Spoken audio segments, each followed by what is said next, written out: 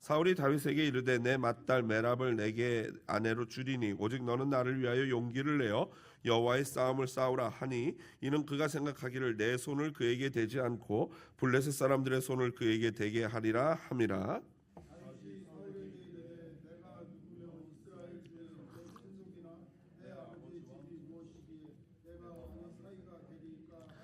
사울의 딸 메랍을 다윗에게 줄 시기에 무올라 사람 아드리엘에게 아내로 주었더라.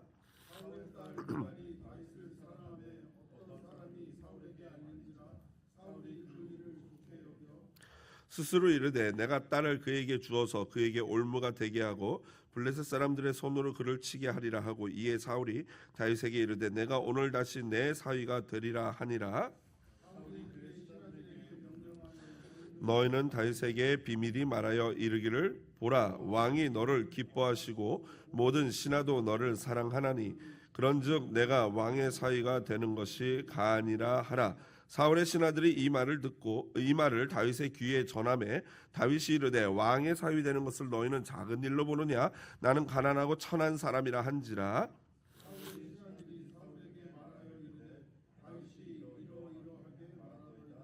사울이 이르되 너희는 다윗에게 이같이 말하기를 왕이 아무것도 원하지 아니하고 다만 왕의 원수의 보복으로 블레셋 사람들의 포피 100개를 원하신다 하라 하였으니 이는 사울의 생각에 다윗을 블레셋 사람들의 손에 죽게 하리라 함이라. 사울의 신하들이 이 말을 다윗에게 아뢰매 다윗이 왕의 사위 되는 것을 좋게 여김으로 결혼할 날이 차기 전에 다윗이 일어나서 그의 부하들과 함께 가서 블레셋 사람 200명을 죽이고 그들의 포피를 가져다가 수대로 왕께 드려 왕의 사위가 되고자 하니 사울이 그의 딸 미갈을 다윗에게 아내로 주었더라. 사울의 딸 미갈도 그를 사랑하므로 사울이 다윗을 더욱 두려워하여 평생에 다윗의 대적이 되니라.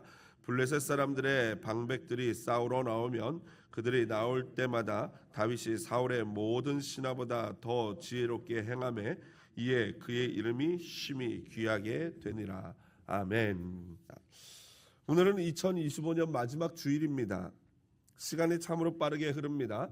사도 바울은 그래서 이렇게 말씀하셨죠. 같이 읽어봅니다. 세월을 아끼라 때가 악하니라. 우리 옆에 분에게 한번 물어보실까요? 세월 아끼셨습니까?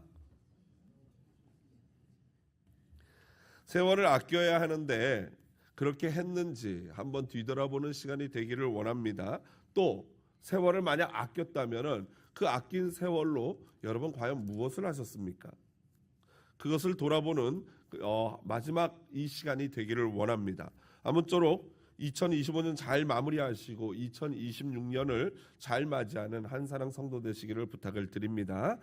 저는 오늘 본문 설교를 하고요. 내년부터 8주 동안에는 이 신앙의 기초적인 부분에 대해서 성도님들과 함께 나누기를 원합니다.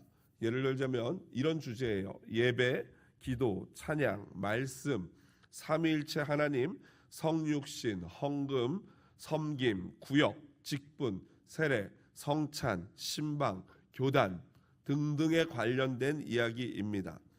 이 오랫동안 교회를 다녀도요, 사실 이런 부분에 대해서 제대로 교육을 받거나 배운 적이 없이 그저 어깨 너머로 배운 것을 가지고 신앙생활을 하는 것이 우리의 일반적인 모습이죠. 그러다 보니까 잘못 알고 오해하고 잘못 행동하는 경우들이 많이 발생합니다. 한마디로 이 설교들을 통해서 말씀들을 통해서 기준을 새롭게 배우고 그것에 맞춰서 신앙생활을 하는 것이 필요하다라는 생각이 듭니다. 왜냐하면 어떤 일이든지 간에 룰을 가지고 룰을 지키며 하는 것이 중요하지 않겠습니까? 그래야 더욱더 즐겁고 재밌고 서로가 피해를 보지 않을 것입니다. 그래야 한 방향으로 나갈 수 있을 것입니다. 2026년을 제가 새롭게 시작하기 위해서 지난 우리 금요일 날 우리 구역장님들의 마지막 모임을 했습니다. 그리고 이제는 우리 구역장님들과 모든 부장님들이 일괄적으로 사임을 합니다. 한마디로 그동안에 했던 모든 사역을 다 내려놓는 것이죠. 모든 직분을 내려놓고 다시 새롭게 결단하고 출발하려고 합니다. 그래서 현재 부장님들은 내년 1월 공동의회 마지막 주일 새로운 부장을 임명할 때까지가 임기이고요. 그리고 새로운 부장으로 임명이 되면 그때부터 다시 임무를 그분이 이제 감당하는 것입니다. 또 현재 구역장 또는 구역은요 내년 2월까지만 유지를 할 것입니다. 그리고 3월부터는 새로운 구역을 편성할 것이에요. 그러므로 지금의 구역장 부장님들은 이제 한 달 내지 2달 정도까지가 임기를 마치는 것이고 그 다음부터 새롭게 결단하고 출발하는 것입니다. 이것은 다른 의미가 아니라 우리가 새롭게 재헌신하고자 하는 그러한 의미를 가지고 있습니다. 구역은요 완전히 새롭게 편성할 것입니다. 여러분들 포함하여 전교인을 대상으로 이 앙케이트 조사를 할 것입니다. 우선은 구역 모임을 참여하기를 원하는 분과 그렇지 않은 분으로 나눌 것입니다. 그래서 구태여 나는 구역 모임 가고 싶지 않다 하는 분은 더 이상 이렇게 부담을 드리지 않으려고 합니다. 대신에 그렇다고 해서 구역에서 완전히 제외하는 건 아닙니다. 왜냐하면 구역의 카톡 안에 들어가 있어야지 교회의 어떤 정보나 소식 이런 것들을 전체적으로 전달받을 수 있기 때문에 어떤 구역이든지 카톡에는 들어가 계실 겁니다. 어떤 연락망에는 들어가 계실 것입니다. 그러나 그 구역 모임에 대한 부담은 가지지 않으셔도 됩니다. 그렇다고 그분을 구역 모임에서 완전히 제외하는 게 아니라 언제라도 구역 모임 오시고 싶으면 오실 수 있게 열려서 기도하며 기다리는 것이죠. 그리고 구역에 참여하기를 원하시는 분들에게는요. 목요일 오전 저녁, 금요일 오전 저녁, 토요일 오전 오후 저녁, 그리고 주일 오후 3시 이후 이렇게 정해서 본인이 나는 이 시간에는 구역 모임, 이 시간에 구역 모임이 있다면 나는 참여할 수 있다 하는 모든 시간을 양심껏 표시하는 거예요. 내가 이 시간 해야지 하고 그 시간만 표시하면 안 되고 하나님 앞에서 이 교회에서 거짓말하면 안 되잖아요. 그러니까 그 페이퍼를 놓고 펜을 드시고 이 시간 나 가능해. 목요일 오전 가능해. 목요일 저녁도 가능해. 금요일 저녁도 가능해. 토요일 전일 가능해. 주일 오후도 가능해. 이렇게 표시를 하는 거예요. 그러면 그 모든 자료를 가지고 물론 당연히 본인의 이름도 쓰지요. 그 자료를 가지고 우리 교육자 팀에서 이제 매칭을 하는 거예요. 목요일날 가능하신 분, 금요일날 가능하신 분 다 이렇게 매칭을 해서 숫자도 적절하게 한쪽으로 너무 쏠리지 않도록 매칭을 해서 그거에 맞는 또 그 시간에 참여할 수 있는 구역장님들을 매칭을 해가지고 구역을 편성할 것입니다. 그래서 결국에는 구역은 가장 먼저 우선순위가 시간, 날짜, 그 다음에 연령, 그 다음에 지역을 고려해서 새롭게 완전히 구역을 그 우선순위를 가지고 편성할 것입니다. 그러므로 뭐 예전 구역 뭐 어쩌고 이렇게 말씀하실 필요가 없어요. 나 옛날 분들과 함께 그런 거 필요 없어요. 다 시간이 맞아야 돼요. 그렇다고 또 구역분들이 모여서 우리 다 같이 목요일 오전으로 하자 이러시면 작전을 짜시면 안 돼요. 하나님 앞에서 양심껏 하시기를 부탁을 드립니다. 그리고 2026년 5월 24일은요. 우리 교회 창립 32주년 기념으로 기념식을 거행합니다. 원래 창립 기념일이 매월 5월 마지막 주나 셋째 주 뭐 이렇게 했는데요. 이번에 이제 5월 24일로 이 날짜를 정했고요. 그리고 임직식을 거행할 거예요. 임직식을 한다는 것은 교회 중직자들을 세우는 거죠. 장로님, 안수집사님, 권사님을 세우는 것입니다. 교회를 사랑하고 하나님을 사랑하며 모든 삶에서 본이 되는 분들을 택해서 교회 리더십으로 임명을 하는 그러한 행사입니다. 굉장히 중요한 행사죠. 굉장히 중요한 교회의 어떤 아주 앞으로의 운명을 결정하는 중요한 행사입니다. 여러분 기도하시면서 같이 준비해 주시기를 부탁을 드립니다. 아마 1월 중에 후보자들을 발표하고 그 후보자들에 대해서 우리 성도님들께 프레젠테이션 해드리고요. 그리고 나서 여러분들이 몇 주 지나서 그분들을 찬성하는지 반대하는지 아마 투표를 통해서 가부간에 결정할 것입니다. 그리고 공동의회 때 제가 또 더 자세하게 설명을 드리겠지만 내년에는요, 이제 2026년에는요, 올림피아에 있는 블랙 레이크 바이블 캠프에서 전교인 수련회를 하려고 합니다. 저희 숫자가 늘어나서 이제 시백에 가면은 숙소가 이제 좀 차등이 있어서 성도님들이 좀 불편해서 우리가 이제 수련을 못했는데요. 이제 그래도 그나마 우리 뭐 호텔 정도 수준은 아니지만 호텔에 버금가는 그러한 수준과 그러나 또 이제 숙소마다 약간씩 차이는 있어요. 그래서 그런 좀 이 정도면 되겠다 싶은 이 리트릿 센터를 발견해서 그곳으로 장소를 정하고 우리 전교인 수련회 갈 것입니다. 저희가 좋은 것은 레이크가 있기 때문에 거기에서 물놀이를 다 할 수 있습니다. 그래서 청년부, 중고등부가 수련회를 함께 가서 저녁에는 연합으로 집회를 하고 낮에는 중등부, 고등부, 청년부는 또 본인들 원하는 그런 이벤트 프로그램을 진행할 수 있어요. 그래서 같이 하고 저녁에는 모여서 함께 패밀리 월십으로 예배를 하는 그런 계획을 하고 있으니까요. 여러분들 7월 3일부터 5일입니다. 여러분 미리 달력에다 표시해두고 몰랐어요 이런 말씀하지 마시고 달력에다 정확히 표시를 해두셔서 미리 시간도 모으고 돈도 모아서 이렇게 여러분 수련회 같이 함께 갈 수 있도록 준비해 주시기를 부탁을 드립니다. 하나님께서 저는 이제 오늘 본문을 올해 마지막 본문으로 이렇게 주셨는데 아마도 그런 이유가 있지 않을까 생각을 하면서 설교 준비를 했습니다. 저는 오늘 본문을 통해서 여호와께서 함께 하시는 사람은 어떤 은혜를 누리는지를 한 2주 전에 한번 살펴봤는데 다시 한번 복습하는 시간을 갖기를 원하고요. 그리고 나서 미가엘과 사울과 다윗을 보면서 우리의 관계가 어때야 하는지를 한번 배우기를 원합니다. 먼저 오늘 본문 17절부터 25절을 보면요. 사울은 자신이 다윗을 죽이려고 던진 창이 2번이나 빗나가고 실패를 하자 다윗을 죽이기 위해 다른 방법을 강구합니다. 그것은요, 자신의 딸 메랍과의 결혼을 미끼로 다윗을 블레셋과의 전투에 내보내서 블레셋 사람들의 손에 죽게 하는 겁니다. 여러분 고대에는 물론이고 불과 몇십 년 전까지만 해도 우리나라에서도 그랬죠. 한국에서도 자녀들의 결혼을 누가 결정합니까? 부모가 결정하는 경우가 많았어요. 특히 이제 아버지, 가부장이 그 가장이 그 일을 결정하는 경우가 일반적이었죠. 그러니 사울이 딸들의 운명을 결정하는 것은 이 수천 년 전에 그것도 이 가부장적인 이 제도가 강한 유다에서는요. 이 너무나도 어떻게 보면 일반적인 문화였다라고 할 수 있습니다. 하지만 현대에서는 있을 수도 없는 일이고 있어서도 안 되는 일이죠. 물론 자녀들이 이 부모의 권위를 존중하고 인정해서 부모님께 의논드리고 부모님께 여쭙고 이런 것들은 매우 바람직하고 굉장히 성경적으로 귀한 것입니다. 그러나 부모가 자녀의 결혼을 주도적으로 결정하는 것은 매우 비성경적이죠.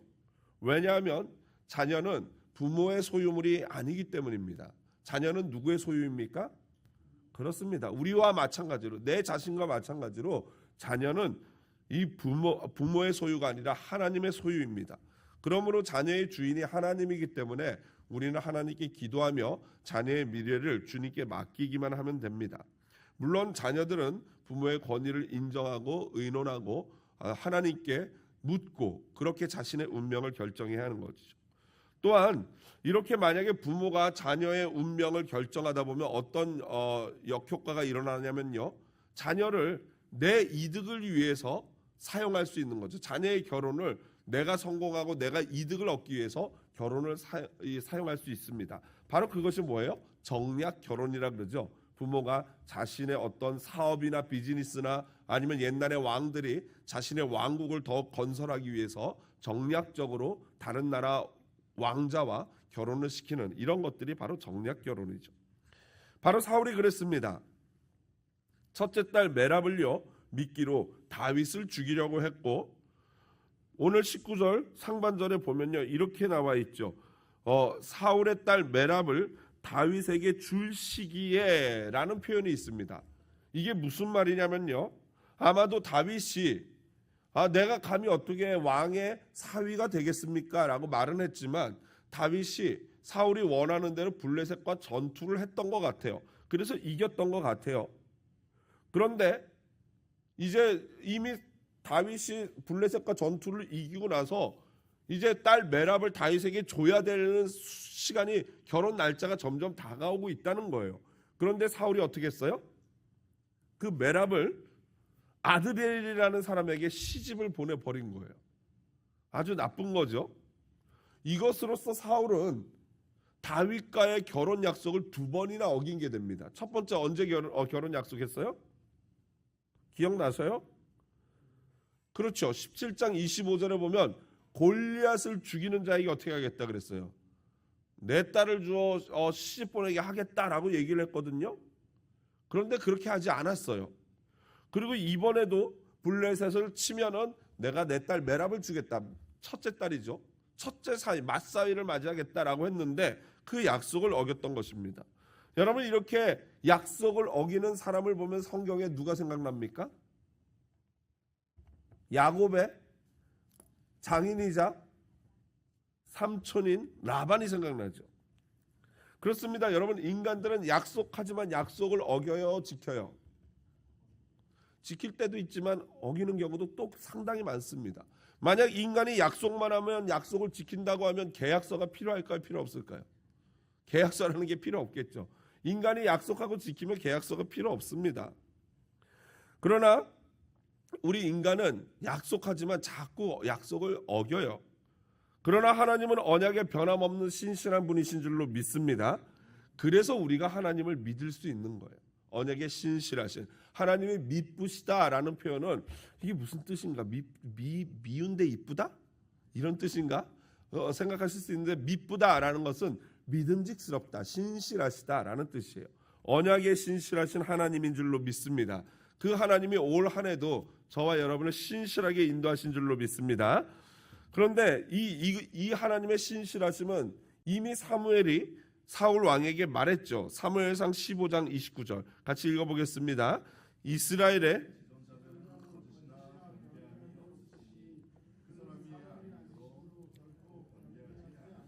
아멘, 아멘이시죠?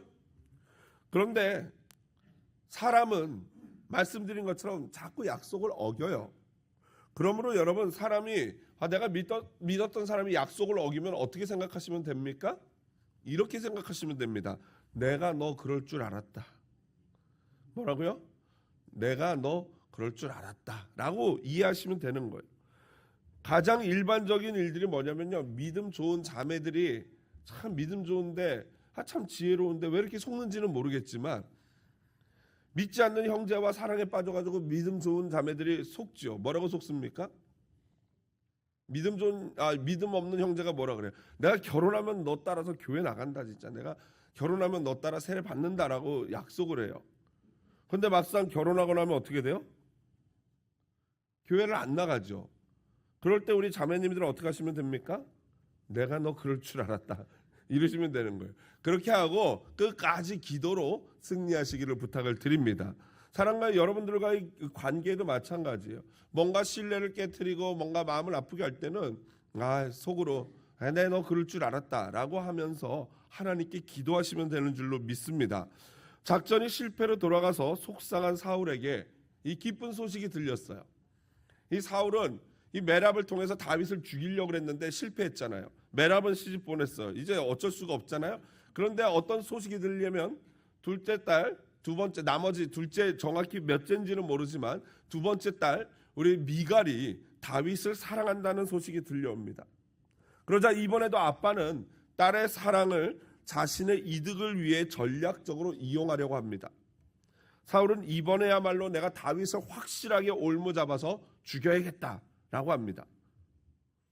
그러자 다윗은요, 이번에도 아까 똑같이 얘기해요. 나는 사위될 자격이 없다. 왕의 사위될 자격이 없는 사람이다 라고 겸손하게 말합니다. 그러자 사울은 신하들을 시켜서 다윗의 마음을 이렇게 움직이죠. 왕이 너를 기뻐하고 신하들도 너를 사랑하고 그러니까 너는 충분히 왕의 사위될 자격이 있다라고 해요.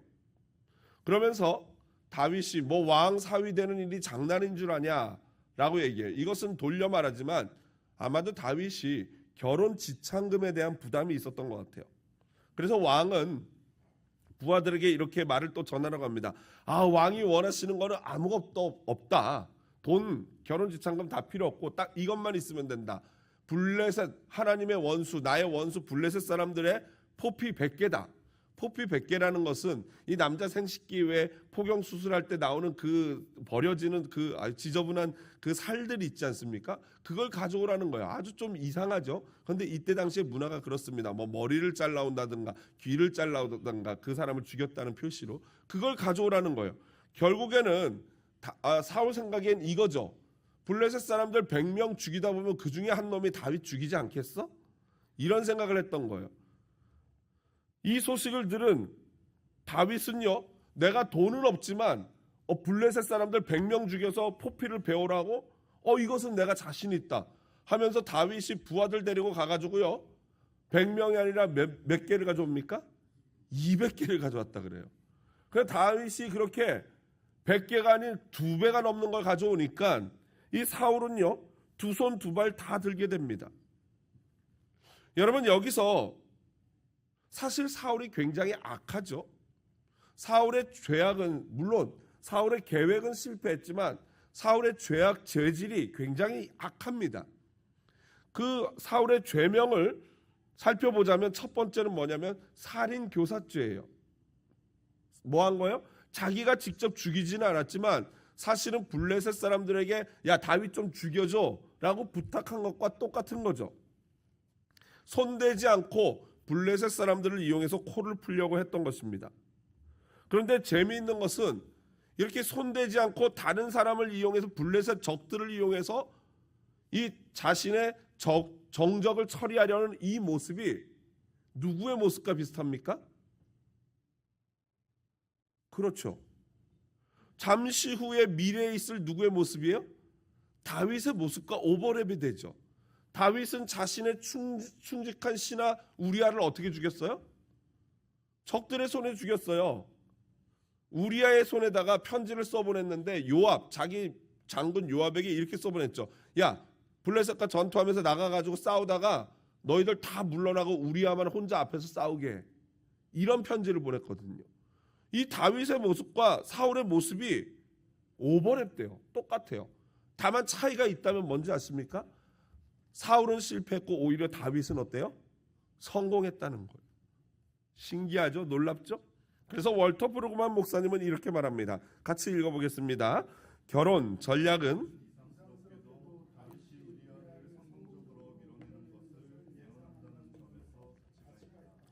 그와 같은 비열한 획책에서도 다윗은 사울과는 다르게 성공하였다.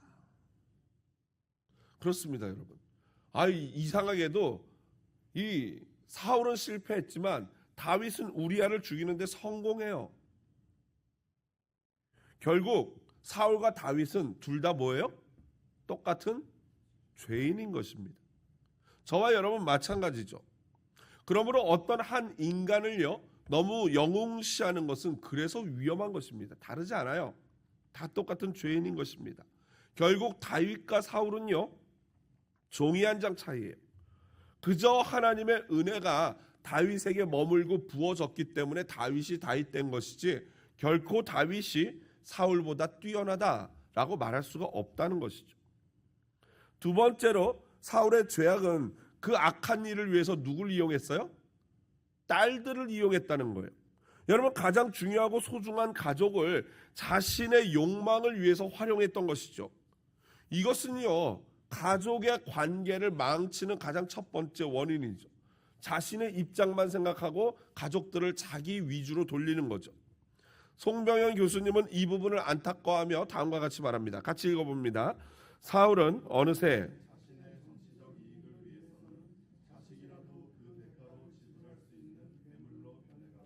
그렇습니다. 괴물이 되는 거죠. 세 번째는요, 하나님이 직접 세우신 신성한 기관이자 규칙인 가정을 자신의 악한 목적을 위하여 사용함으로 하나님 앞에 범죄했다는 것입니다. 그는 지금 사람에게 범죄하는 게 아니고 누구에게 범죄하는 거예요? 하나님께 범죄하고 있다는 거예요. 여러분, 이처럼 사탄은요, 태초부터 가정을 공격했어요. 결국 가정을 공격하는 사울의 이러한 죄는 결코 작은 죄악이 아니다라는 것이죠. 반면에 26절부터 30절을 보면요, 다윗은 매우 겸손한 모습을 보이죠. 다윗은 사위가 되라는 사울의 말과 신하들의 말에 다음과 같이 두 번이나 반응했습니다. 18절, 23절 같이 한번 읽어보겠습니다. 다윗이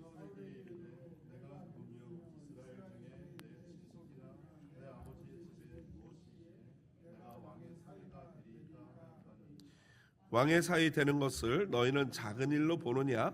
나는 가난하고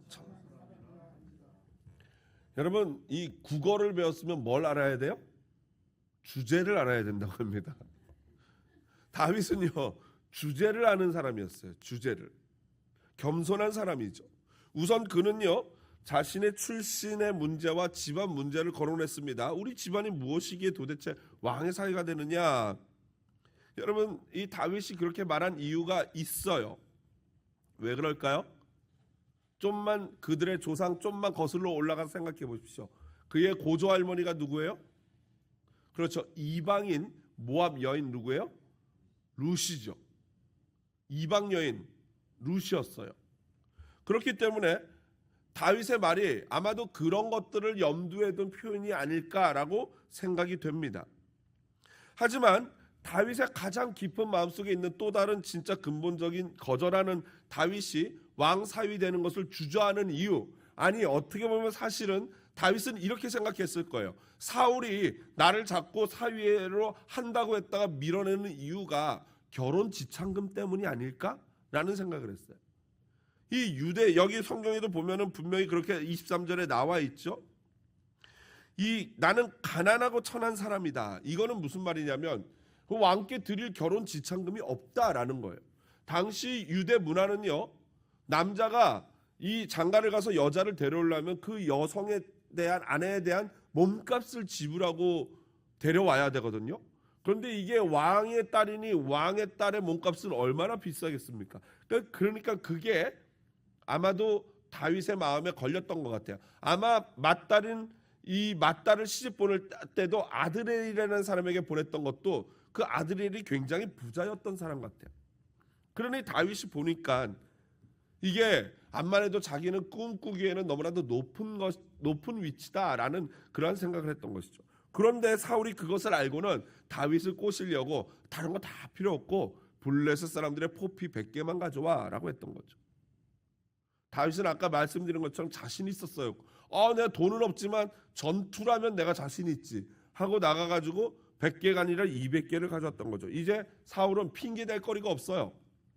2배나 가져왔으니 두 손 두 발 다 들고 결국 오히려 사울은 그러한 다윗을 보면서 두려움을 느끼죠. 저 녀석은 진짜 하나님이 함께하는구나. 아니 하는 일마다 어떻게 저렇게 잘 되지? 라고 하면서 오히려 다윗을 더 두려워했던 거예요. 심지어 자기의 아들, 딸들도 다윗을 어떻게 해요? 너무너무 사랑하는 거예요. 그러니 사울 입장에서는 너무나도 두려운 존재가 바로 다윗이었던 것입니다. 그래서 사울은 다윗을 평생 쫓아다니는 사냥꾼, 곧 대적이 됩니다. 그러나 지난 2주 전에도 말씀드렸지만 이건 어리석은 거죠. 바로 그가 대적한 것은 다윗이 아니라 누구예요? 하나님을 대적했던 것이기 때문입니다. 2주 전에도 살펴보았습니다. 하나님이 함께 하시는 자가 어떤 은혜를 누리는지 오늘 다시 한번 복습해 봅니다. 첫 번째로 하나님이 함께 하시는 자는요 뭐예요? 사람들에게 사랑을 받습니다. 18장 1절 보면 요나단이 다윗을 목숨처럼 사랑했고요. 16절을 보면 온 이스라엘과 유다가 다윗을 사랑했어요. 그리고 20절을 보면 사울의 딸 미갈도 다윗을 사랑합니다. 이것이 하나님이 함께하는 자의 복인 줄로 믿습니다. 두 번째로 하는 일마다 성공합니다. 그는요, 다윗은요 블레셋과 전투에서 단 한 번도 패배한 적이 없어요. 그의 대적 사울은 왕이지만 평생 다윗을 두려워합니다. 이처럼 대적들은 여호와가 함께 하시는 자를 이길 수가 없는 줄로 믿습니다. 그래서 대적들은 여호와가 함께하는 자를 보면 두렵고 무서운 거죠. 그래서 미워하는 거죠. 마지막 세 번째로 여호와가 함께 하시는 자는 지혜롭게 행합니다. 또 그래서 두려운 것이고요. 성경을 보면은 하나님이 함께하는 자의 공통적인 특징이 있어요. 제가 이름 불러볼 테니까 그 특징이 뭔지 말씀해 보십시오. 요셉, 다윗, 다니엘, 사무엘, 예수님. 특징이 뭡니까? 지혜죠. 이 하나님이 함께하는 자들의 가장 첫 번째 특징은 지혜롭다는 거예요. 왜 그렇습니까? 지혜의 근본이 누구예요? 하나님이시기 때문이에요. 지혜의 근본이신 하나님이 함께 하시니까 그 사람은 지혜로울 수밖에 없는 것입니다. 말씀을 정리합니다. 오늘 본문뿐 아니라 18장 전체, 사무엘상 18장 전체의 주제는요, 여호와가 함께 하시는 자가 누리는 복이라고 할 수 있어요. 그것은 좀 전에 말씀드린 것처럼 사람들은 사랑하고 대적들은 두려워하고 미워하고 그리고 하는 일이 모두 성공하는 지혜로운 사람이 바로 여호와와 함께하는 다윗과 같은 사람이다. 이게 18장의 전체 요약이고 주제입니다. 저는 2026년 새해에 사랑하는 한사랑교회 성도들에게 이러한 은혜가 있기를 주님의 이름으로 축복드립니다. 하지만 저는 결론적으로 오늘 본문을 보면서 이 부분에 대해서 더 집중하게 됐어요. 바로 결혼과 부부, 가정이라는 부분에 초점을 두고 본문을 다시 한번 정리해 보고자 합니다.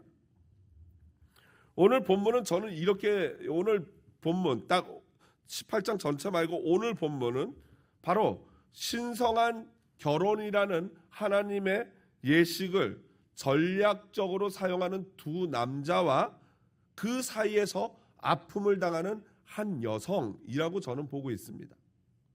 여러분, 결혼은요, 두 남녀가 서로 사랑하는데 혼자 예수님 믿고 하나님 믿는 것보다 둘이 결혼하면 더욱더 하나님 잘 섬길 수 있을 것 같아서 하는 게 결혼이에요. 여러분, 이게 바로 결혼입니다. 그런데 그런 관점에서 보면은 오늘 본문에서 결혼을 제대로 이해한 사람은 누구밖에 없어요? 미갈밖에 없어요. 사울은 말할 것도 없고 다윗도 과연 이 미갈을 진짜 사랑했는지 알 길이 있어요, 없어요? 없어요. 성경에 기록되어 있지 않기 때문에 알 길이 없어요. 다만 사무엘서 저자는 뭐라고 말하냐면 다윗이 뭘 기뻐했다고 말합니까? 26절에 보니까 왕의 사위 되는 것을 기뻐했다라고 말해요. 여러분, 결혼이라는 게 누구의 사위 되는 것을 기뻐하면 됩니까, 안 됩니까? 물론 왕의 사위 되는 걸 기뻐하지 않을 사람이 누가 있겠습니까? 왕의 사위 되는 거 너무 기쁜 일이죠.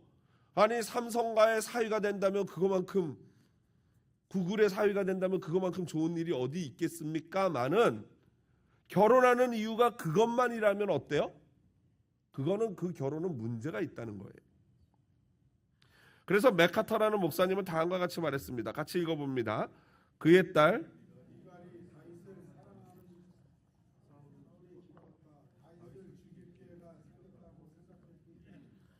반면에 다윗은 왕의 사위가 될 기회가 생겼다고 기뻐했다. 미갈이 다윗을 좋아한다는 소식을 듣고 두 사람이 서로 다른 이유에서, 그러니까 지금 두 남자가 기뻐하고 있어요. 아버지 사위와 그 장인이 기뻐해요, 이 결혼을. 그런데 기뻐하는 이유가 뭐예요? 하나님을 섬기는 아름다운 가정이 드디어 세워지는구나, 이래서 기뻐하는 게 아니고 저놈을 죽일 수 있구나, 한 사람은 나는 이제 왕의 사위가 되는구나, 이걸 기뻐한다는 거예요. 여러분, 다윗이 미갈을 사랑했을까요? 사랑하지 않았을까요? 투표를 해볼까요? 알 길이 없죠. 사무엘서 전체를 보아도 안 나오기 때문에 알 길이 없는데, 분명한, 제가 보기에는요, 다윗보다는 미갈이 훨씬 더 다윗을 사랑했어요. 잠시 미갈의 삶을 한번, 이 사무엘 상하 전체에 나오는 미갈의 삶을 제가 간략하게 정리해 볼게요. 먼저 18장 20절 보면요, 다윗을 미갈은 어땠어요? 사랑했대요. 그리고 사무엘상 19장 11절 보잖아요. 12절 보면요, 사울이 다윗 죽인다라고 했을 때 그 소식을 알고 미갈이 어떻게 했어요? 다윗을 성벽으로 달아 내려가지고 도망시켜줘요. 목숨 걸고 지켰어요. 아버지가 와가지고 너 왜 다윗 보냈어 하니까 다윗이 내 목에다 칼 대고 안 보내면 나 너 죽일 거야 해가지고 어쩔 수 없었다고 거짓말까지 해요. 그렇게 다윗이 도망해서 이제 사울한테 쫓기잖아요. 그 쫓기는 시간 동안 다윗은 어떻게 하는지 아십니까? 와이프를 6명이나 뒀어요. 그 사이에 6명의 아들이 낳았어요. 6명만 난 건 아닐 거예요. 더 났을 거예요. 기록된 아들만 6명이에요. 그러자 사울은요, 어떻게 했는지 아십니까? 자기 딸 미갈을요, 라이스의 아들 발디라는 사람에게 시집 보내버렸어요. 누구 욕 보이는 거예요? 다윗 기분 나쁘라고 그렇게 한 거죠. 에라 하면서 보내버린 거예요. 사울과 요나단이 죽고 이제 드디어 다윗이 왕이 됐어요. 유다 헤브론에 있는 유다에서 왕이 됐어요. 유다 지파에서만 왕이 됐어요. 그런데 사울의 군대 장관이었던 아브넬이라는 사람이 이제 다윗에게, 이제 사울과 사촌지간인데 아브넬이 다윗에게 와가지고 이 협의를 하자 그러는 거예요. 내가 나머지 이 11지파를 왕에게 돌려드릴 테니까 나를 살려주시오. 나를 높은 사람 군대 장관으로 계속 쓰시오. 이런 약속이었어. 이런 조약이었어요. 그때 다윗이 조건 하나를 겁니다. 다윗이 건 컨디션은 이거예요. 사울의 딸 미갈을 내게 데려오지 않으면 당신은 나를 만나지도 못할 것이다 라고 말해요.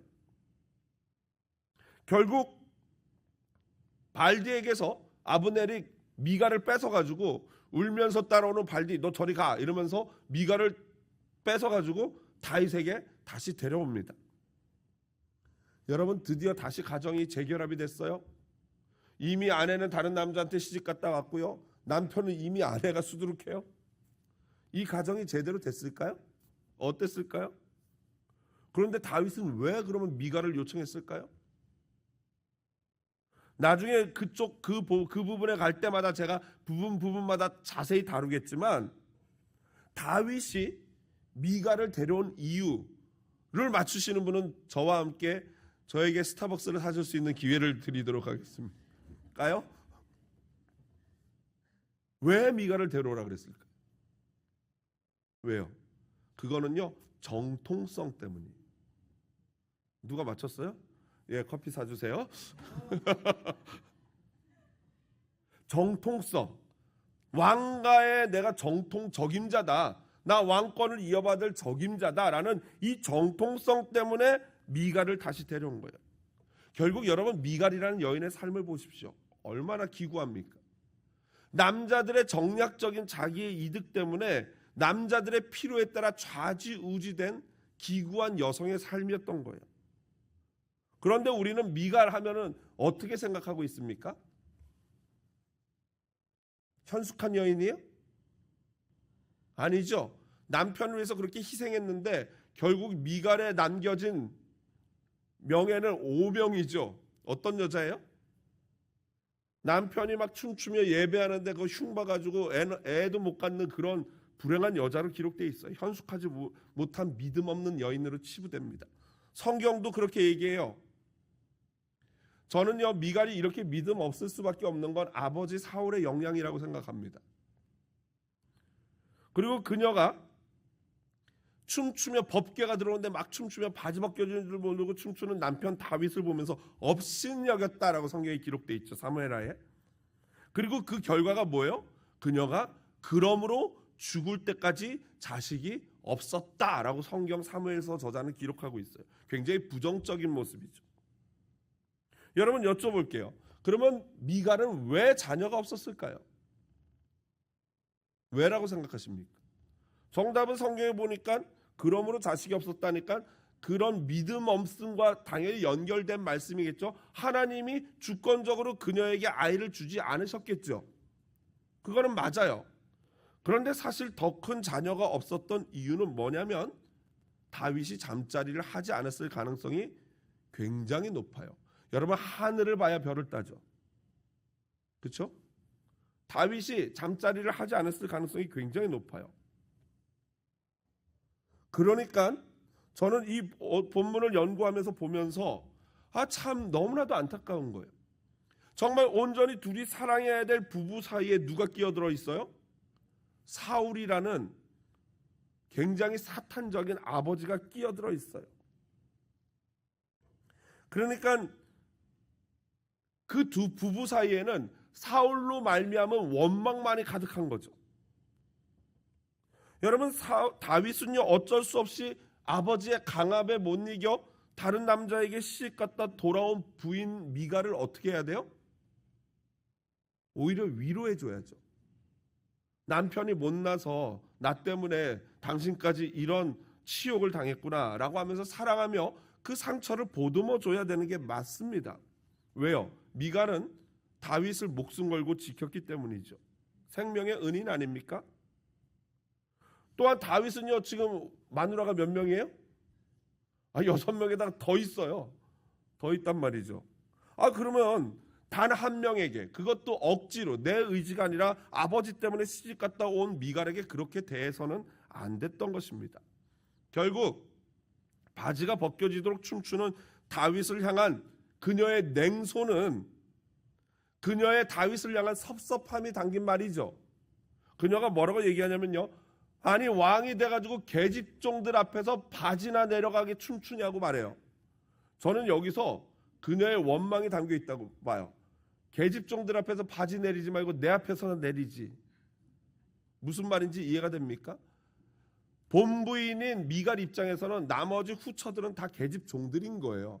그런데 그 계집종들한테 가서는 아들도 낳고 딸도 낳고 하면서 자기하고는 잠자리도 하지 않는 그런 남편이 너무나도 원망스러웠던 거죠. 너는 불결해, 이런 그거 아니겠습니까? 원망스러웠던 거죠. 가장 근본적인 다윗과 미갈의 불행은 바로 아버지 사울 때문입니다. 다윗의 입장에서는요, 평생 원수인 사울의 딸 미갈이 결코 이쁠 수가 없었겠죠. 그런데 저는 아이러니한 거는 다윗이 그러면서도 사울에게는 어떻게 해요? 굉장히 관대하게 되잖아요. 자기를 죽이려고 하는 사울에 대해서는 굉장히 관대하게 내가 옷을 베고 막 이래요. 그렇게 사울을 용서하는 마음이 있다면은 그 연약한 아내 미갈은 왜 사랑할 수 없었을까? 저는 이게 굉장히 궁금합니다. 여러분, 다윗이 미갈을 데려왔을 때는 어떻게 해야 돼요? 진짜 더 사랑해야 했던 것입니다. 만약 그러지 못할 거면 않을 거면은 정치적인 정통성 때문에 이미 발디라는 사람과 잘 살고 있는 그녀를 데려와서는 안 되는 게 맞지요. 잘 살도록 내버려 둬야 했던 것이 옳을 것입니다. 그래서 오늘 주일 본문을 가지고 제가 하고 싶은 질문은 딱 이거 하나예요. 그래서 우리의 관계는 어떤가입니다. 그래서 우리의 관계는, 남편과 아내의 관계는 다른 그 무엇에 방해받지 않고 서로 진실로 사랑하고 있는 관계인가? 여러분, 새해에는 이 부분에 우리가 좀 더 힘을 써야 될 것입니다. 또 부모와 자녀의 관계는 하나님이 세우신 질서 안에서 말씀과 사랑으로 부모가 자녀를 돌보고 그 권위에 자녀들은 순종하는 관계인가? 그리고 마지막으로 이웃과의 관계는 하나님이 먼저 베푸신 사랑을 근거로 서로 신뢰하고 사랑하는 관계인가? 이 아름다운 우리의 관계를 나의 성공과 나의 이득을 위해서라면 어떻게라도 이용하려는 악한 죄악을 범해서는 안 될 것입니다. 우리는 하나님이 엮어주신 사랑의 관계입니다. 며칠 남지 않은 2025년 사랑을 회복하시고 관계의 질서가 회복되는 은혜의 시간이 되기를 주님의 이름으로 축복드립니다.